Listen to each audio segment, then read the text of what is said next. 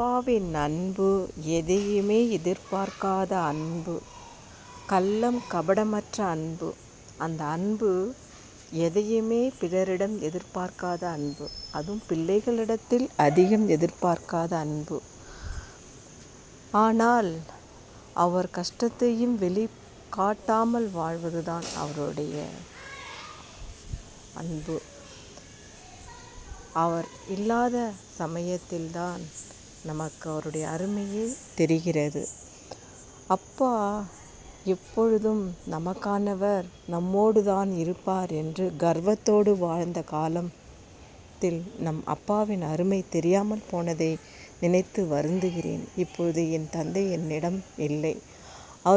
அவர் காட்டும் அந்த அன்பு இப்பொழுது எனக்கு யாரிடத்திலும் கிடைப்பதில்லை.